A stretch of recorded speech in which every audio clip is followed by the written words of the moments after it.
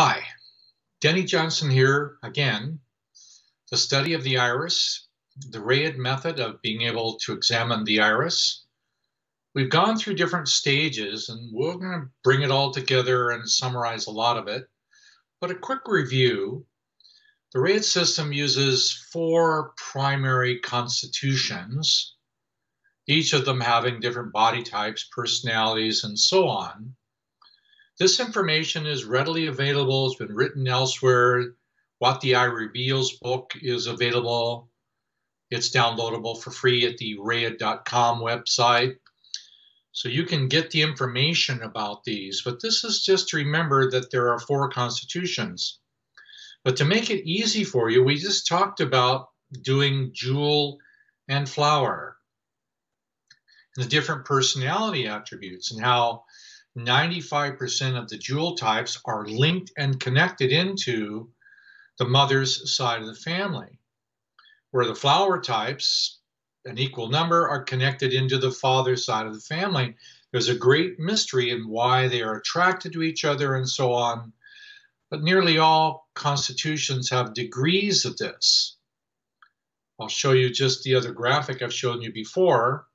Just a second. In this graphic, we describe the jewel going right, which means typically to the right brain or to the outer or to the masculine. Excuse me, do that over again. I'm looking at it backwards, thinking of the other way. Phew, stumbling around today. So here are the examples of the jewel going right and the flower going left and having different points that they're going toward.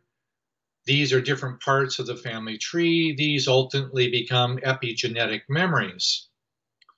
So the jewel patterns going right brain, adding in their seeking, thinking, intellectual nature into more of an expansive, oftentimes chaotic creativity. Whereas the flower type going to the left, they have a tendency to go into a logical, practical sequence or left brain phenomenon, or going into the father's family and producing a series of different attributes that are practical, grounded, organized, or social in nature. Flower types are typically more sociable. Jewel types have a tendency to be more individual in their own outcome in the long run. Lots can be discussed in this, but there are a whole series of symptoms throughout a lifetime of what happens when jewels cool themselves down as they go flowers, as they heat themselves up, going into the left brain. These are sympathetic and parasympathetic functions. And there are lots and lots of symptoms, different forms of diseases that are chronic and slow versus different forms of diseases that are sudden and shocking, and so on and so on. There's a whole lot of information here. But we've also said that you can identify a lot of these left and right movements if you examine the body's structure and constitution. So let me just show you a little bit of a reminder about how to look at the thumbs, how to examine the eyes, the shape of the face, see which eye is more closed. And later on, you'll get very good at being able to see it all. Let me just show you another example. Here's a very useful thing. If you learn these, you'll do a whole lot better. I always notice when it's available, sometimes it isn't obvious, which eye is more closed. And in relationships, you're going to end up with the opposite eye being closed. And you find out when somebody has their left iris closed, they're going over to the left brain. Somebody has their right iris closed, they're going over to the right brain. And you'll be able to see these differences, and this is why they come together. And we've done some of this already, but this is just a quick review. This, and you're looking at the half moons and the thumbs. And when somebody's left thumb is more pointed, They have a tendency to go to the right brain or mother's family by pushing away on the father, and the reverse is going to be true on the opposite side. So I use the face and the shape and the body and the thumbs to give me a clue about what's going on, but I'm always looking for jewel and flower combinations and the symptoms of what happens when these relationships come together, and then the typical physical symptoms over a lifetime. Lots and lots of information just comes from studying this. Now, the next part that we're going to go into is just an overview at looking at body types, because the body type association is related to the family tree. But let me remind you about how we see the family tree. Let me show you. This is how I see the family tree. This is the great-grandparents, grandparents, mother and father, and these are the probable birth order patterns. You've got 6 forms of brothers, 6 forms of sisters, and a variety of different combinations. But these also correspond to glands and organs and body systems and a whole wealth of other information, minerals, vitamins, protein patterns, the herbal medicine patterns, acupuncture systems, vibrational medicines, colors and sound, and so on. This is a network composite. This is how I see a person in the family tree. Now, I'm also looking at this as basically the individual sectors of the iris that I'd recommend that you learn.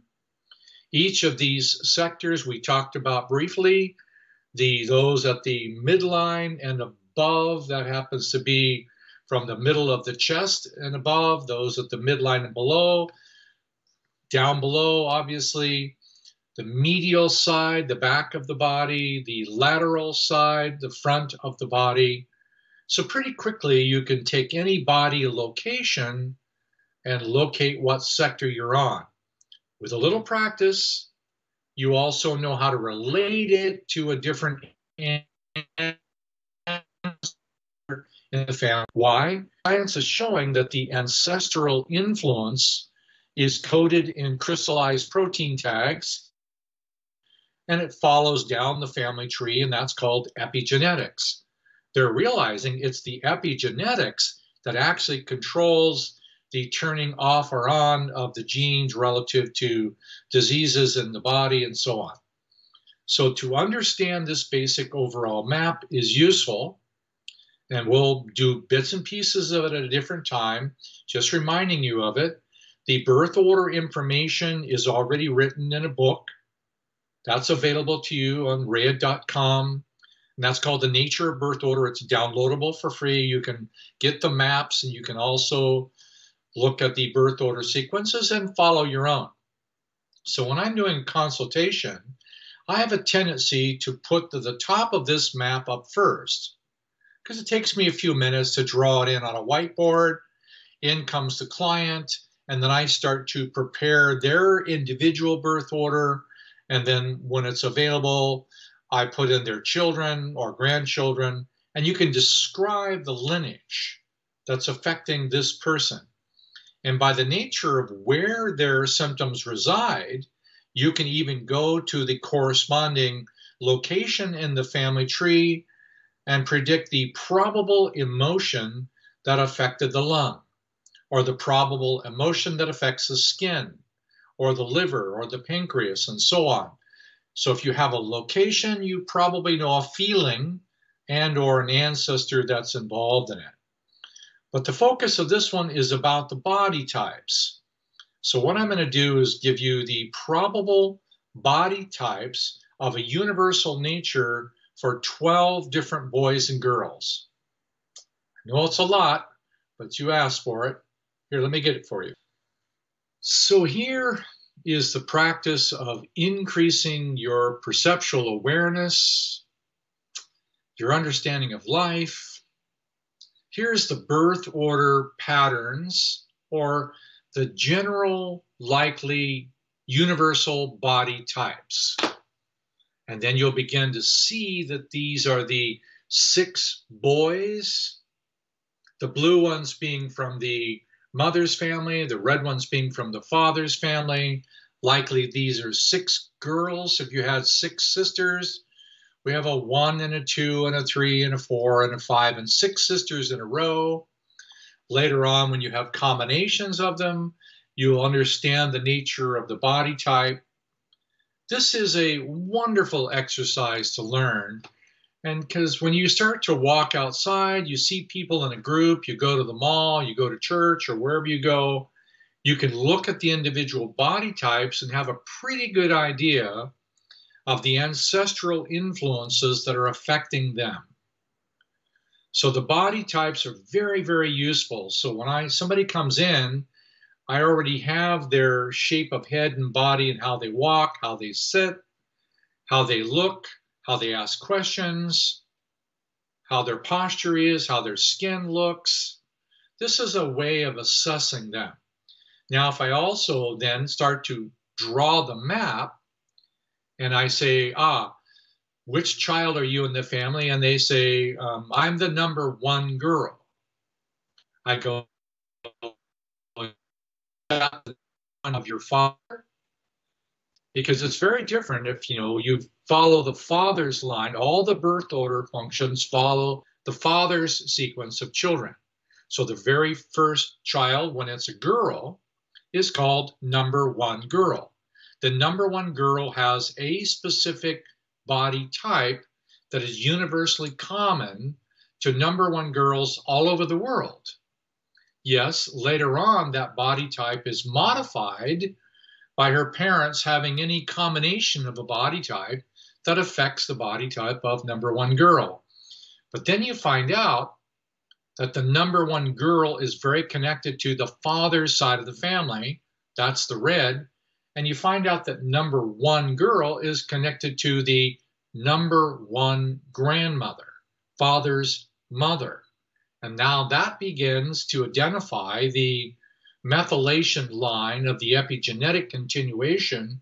So there's going to be a body type associated with a personality, a body type associated to the father's family, the father's mother, and so on and so on.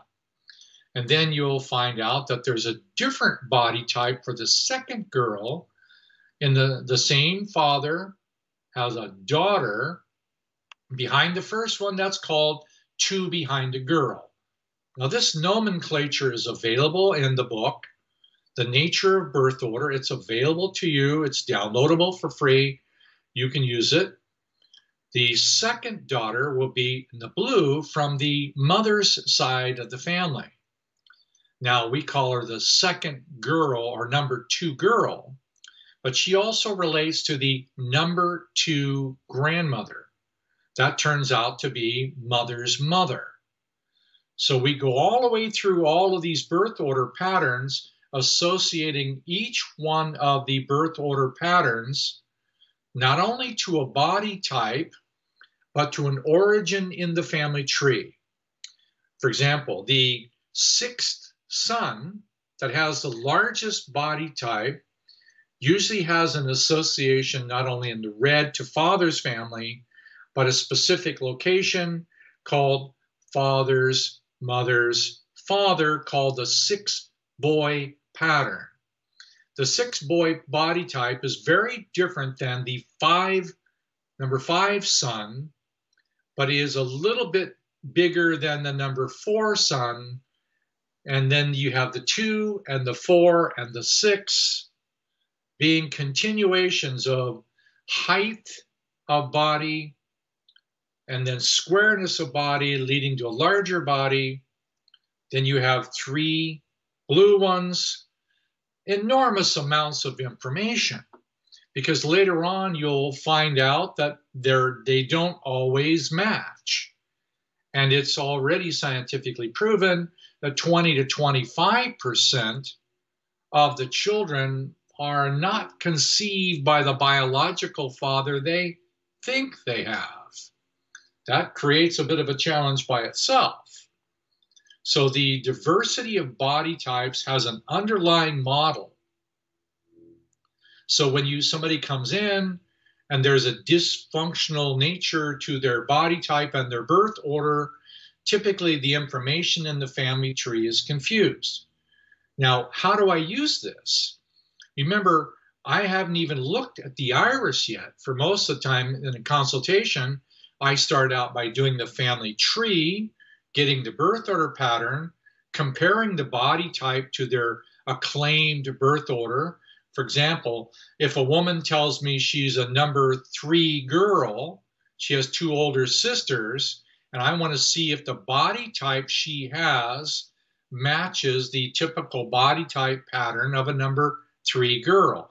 This helps me orient how I interpret her iris structure. For example, I could be a jewel and have any one of these body types. I mean, you could be a woman and have a 3 girl body type and be a jewel or a flower. But I'm going to treat it differently. If you're a jewel number 3 girl, I have things to tell you about what it means to be a jewel.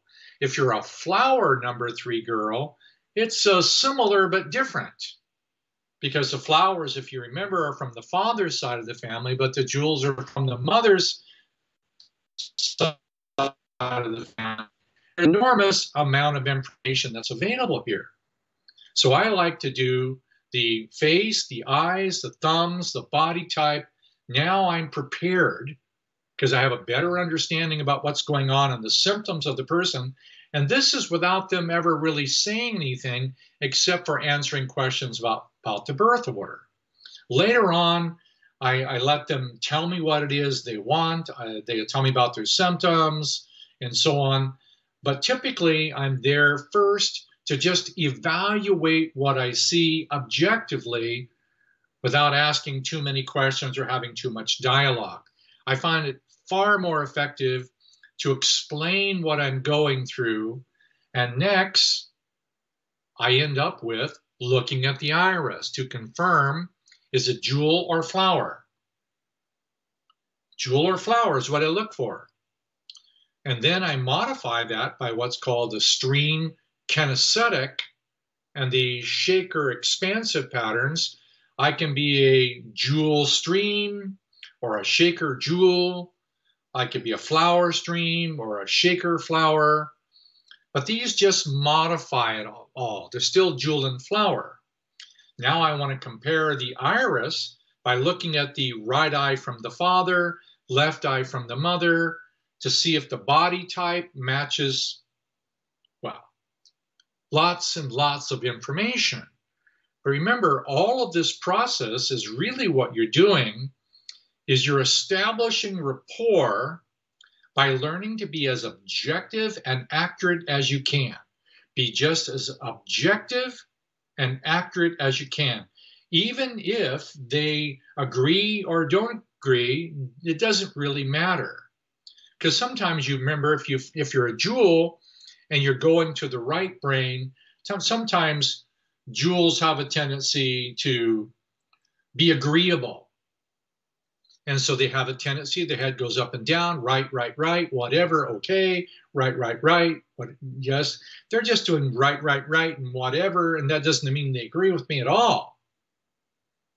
Those flowers that go left brain, their head is usually going this way. No, are there?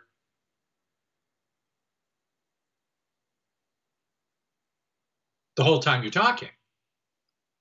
They don't move. They just go this way, or stop, the mouths go open. The jewels, on the other hand, they go the other way. They're kind of go, what? Yeah, right. What? Let me tell you about it. No? I don't need you to explain anything to me. Later, we'll have the dialogue where you can tell me about your symptoms. You can tell me what you're looking for, but first we need to do an accurate assessment. So that's why I use the body type in combination with the birth order and the look at the eyes and the thumbs to get an accurate place to be able to describe the constitutional pattern.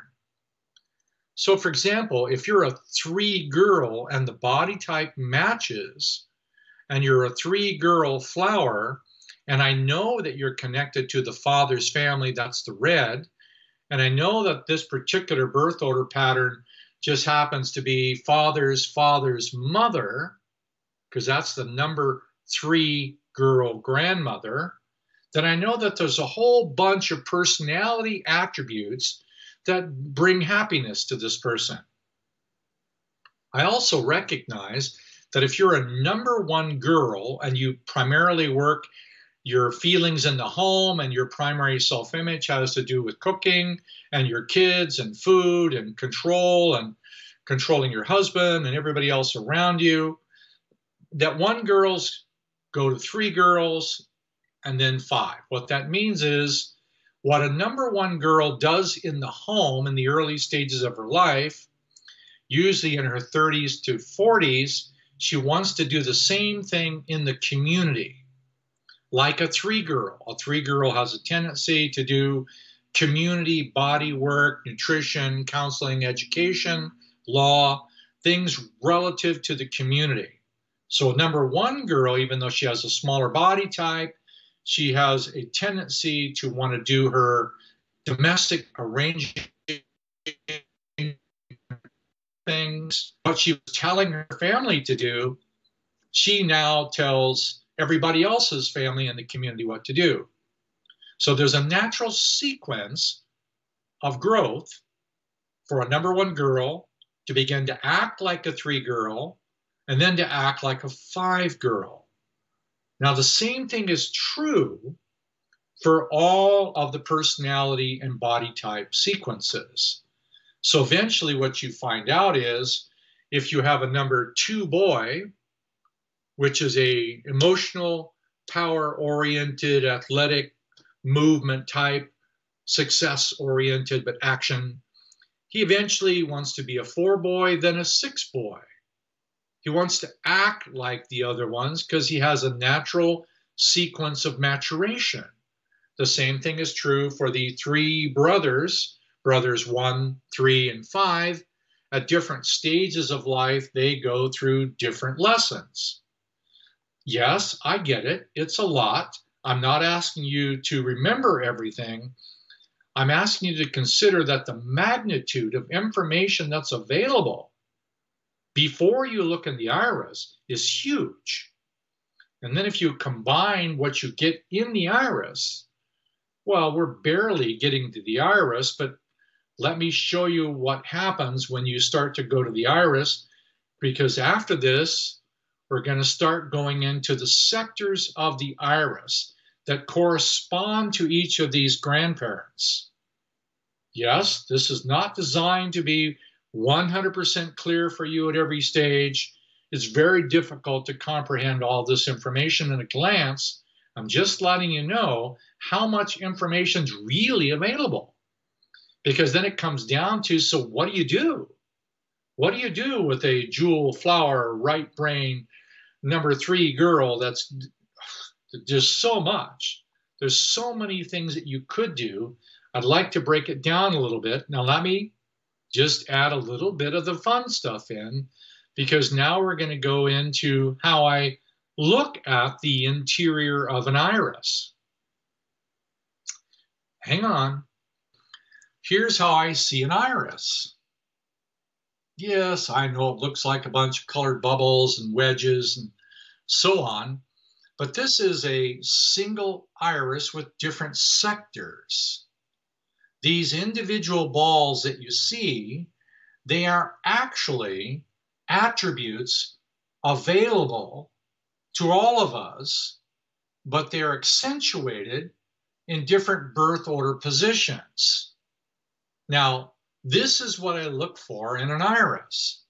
I want to know, who are you? What can you do? Who are you really? My job is to not just throw things at you, but try to identify as accurately as possible using your iris, using your birth order, using your body type and your body signs to understand the forces that are driving your body chemistry, driving your emotional content, driving your relationship attractions, I'd like to be more aware of the forces that are moving you.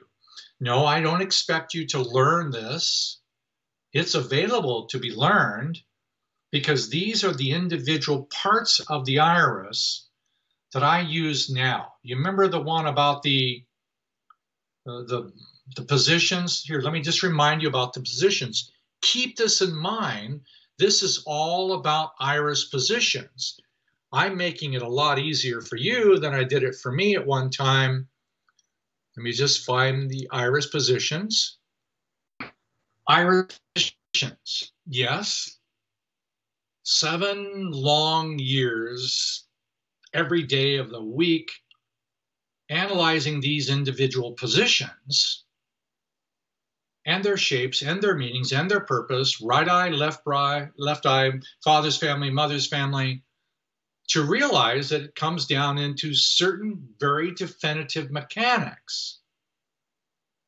It was a profound realization to find out that these 80 plus positions, of which I didn't even number them all, are all doing the same thing.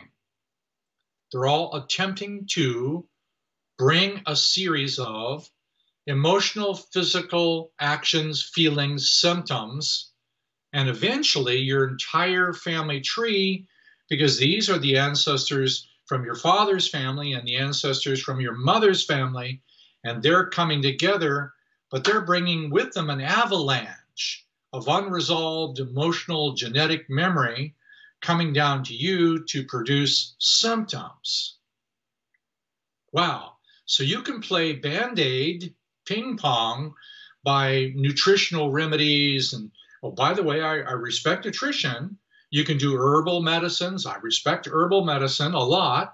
You can do all kinds of therapies, vibrational or otherwise, and keep dealing with the symptoms while never dealing with the arrival of the unresolved epigenetic influences. And you can do it for your entire life until it kills you.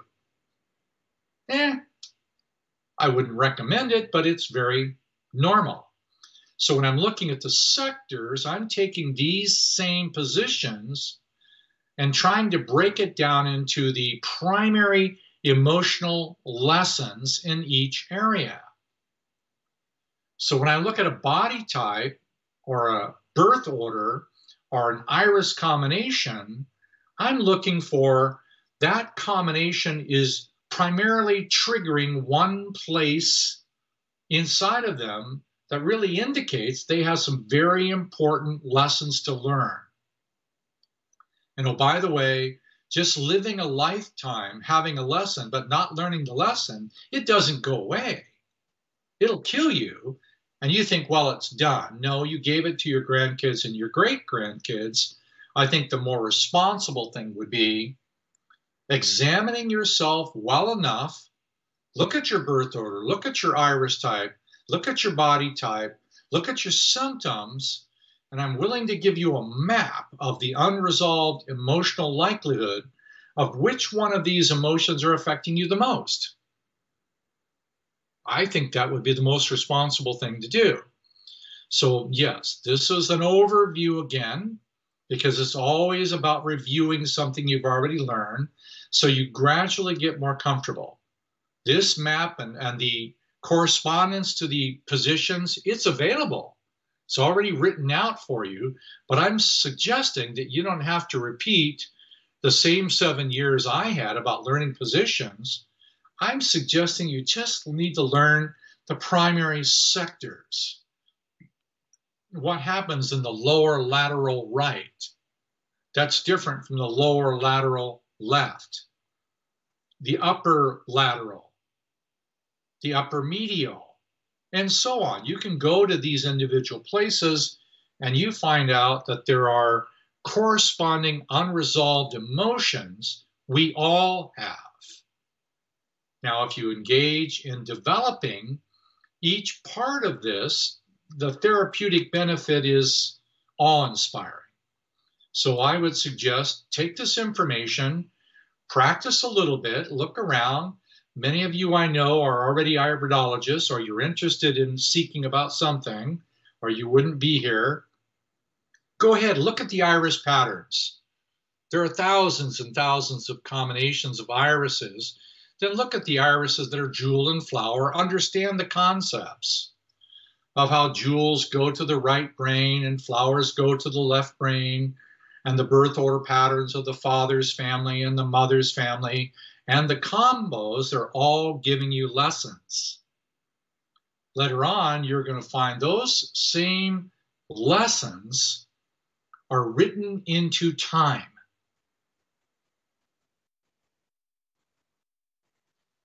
All of this is written into time.